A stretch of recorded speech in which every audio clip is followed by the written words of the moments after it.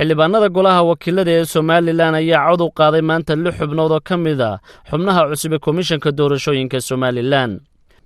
xubnahan cusub ee komishanka waxa laga hor akhriyay taariikhdooda mudanayaasha golaha wakiilada. xisbiga mucaaradka ee wadani ayaana isaga iman xubintiisii 7aad oo uu hore ula laabtay. xisbiyada mucaaradka ayaa iyaguna wadajir madaxweynaha waxay uga hor yimaadeen 2 xubnood oo uu muran ka taagan yahay.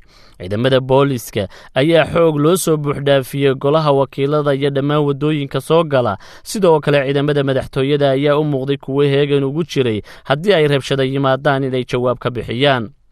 xildhibaanada golaha wakiilada ayaa kadib markii ay gudida arrimaha guud u soo gudbiyeen xubnahan cusub ee komishanka doorashooyinka loo soo magacaabay oo hortegay waxay u soo gudbiyeen inay cod u qaadaan xubnahan golaha wakiiladu waxaana loo qaaday codkii.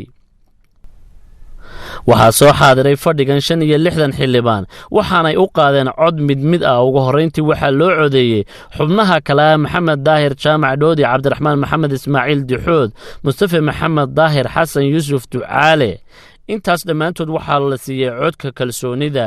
sidoo kale waxaa codka kalsoonida la siiyey xubnihii lagu maransanaa oo ay ka mid ahaayeen kaltuun sheekh xasan oo heshay 55 xildhibaan codkooda. sidoo kale waxaa diiday 8 xildhibaan, waxaa ka aamusay 1 xildhibaan.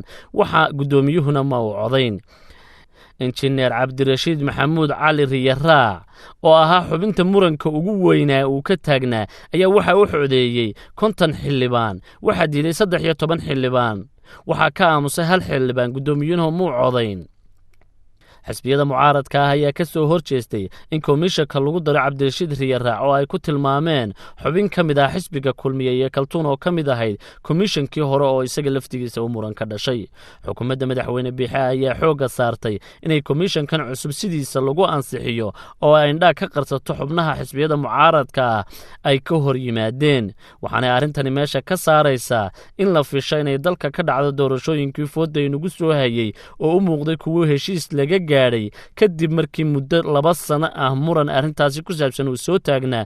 waxaana laga yaabaa inay arrintani dhaliso rabshado iyo muran daba dheeraada.